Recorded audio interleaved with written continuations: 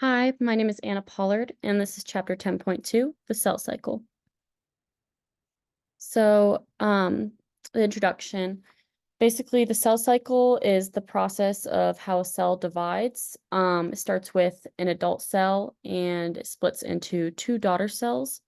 The two major stages in cell division are interphases and mitotic phases. Um, Interphases include the G1 phase, the S phase, and the G2 phase, as you can see depicted um, across most of the process on the picture in the right. And then the mitotic phases, which is what the interphase prepares for, include karyokinesis, which is mitosis, and that includes 5 separate phases within it, and cytokinesis. So the G1 phase of interphase. In the G1 phase, we are not able to see much of a difference in, like, if we're observing it through a microscope. But what's happening within the cell is basically it is stocking up on building blocks for chromosomal DNA, and some of the proteins that will help aid it in that process. And it also is basically stockpiling energy to help it replicate the chromosomes within. During the S phase of interphase, basically the DNA begins to replicate and centrosomes are also duplicated, as well as the mitotic spindle begins to form. During the G2 phase of interphase, it replenishes its energy, and it starts synthesizing proteins for later use in the mitotic stage. Some cell organelles are duplicated. They're duplicated basically so that when the mitotic phase starts, it'll be easier to separate. The cytoskeleton starts deconstructing and it deconstructs to provide resources for the mitotic phase. Some cell growth of the cell occurs as well. It expands because it's the final preparation for mitosis, so everything that needs to happen before needs to happen rather quickly. The mitotic phase, so karyokinesis or mitosis. There are 5 stages of mitosis. The first is prophase, then prometaphase, metaphase, anaphase, and telophase. So prophase. During prophase, the nuclear envelope decomposes into vesicles. The membrane-bound organelles decompose and disperse towards the outer edges of the cell. The nucleosis also decomposes and disperses.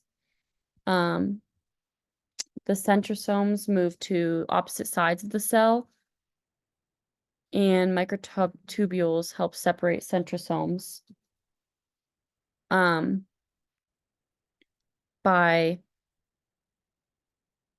microtubules help separate the centrosomes by building up into the middle. The sister chromatids also coil tighter together and they compact. During prometaphase, the nuclear envelope continues to shatter and come apart. The mitotic spindle forms further using the microtubules.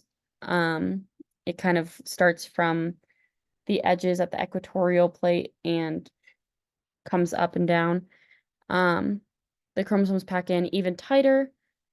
The sister chromatids develop kinetochores, which help link them to the mitotic spindles. And yeah, that's about it. During metaphase, the chromosomes maximally condense. They're at their most condensed point, as small as they can get. And the chromosomes align as well in the metaphase plate, which is at the equatorial line, as you can see in the picture right down the middle. The sister chromatids are still attached to each other at this phase, which is important to note. They have not yet separated. So anaphase. This is where the sister chromatids actually do separate, and they separate at the centromere. This means that the separated parts are now chromosomes because they are singular. Each chromosome is pulled to the centrosome, and the cell becomes oval shaped to try to make space for that new cell to develop.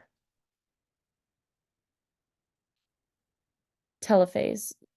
The chromosomes reach opposite sides of the cells, and they start loosening and unwinding into, a less condensed version of themselves. The mitotic spindles are also depolymerized. So basically, the nuclear envelope also then begins to form, and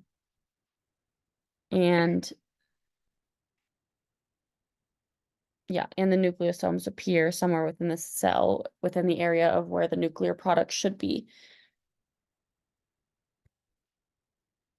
And cytokinesis. So cell division should be completed by the end of this.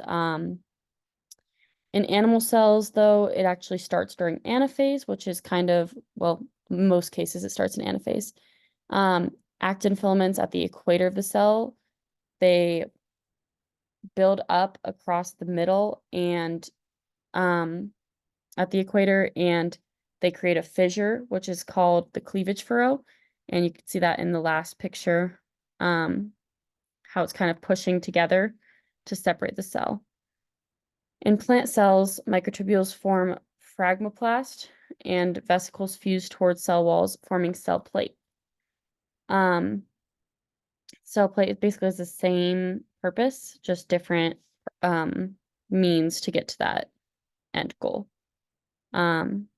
Then the cell plate expands and merges with the cell wall. And that is about it.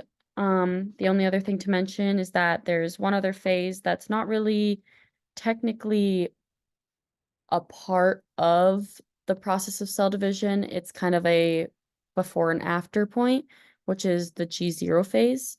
And that is where the cell is at rest before it goes into the next process. And you can see it in the picture at the bottom. Once this separation is complete after cytokinesis, that's where it kind of starts out at the G0 phase. And some cells stay in the G0 phase for very long times, such as muscle tissue, because they don't duplicate very often.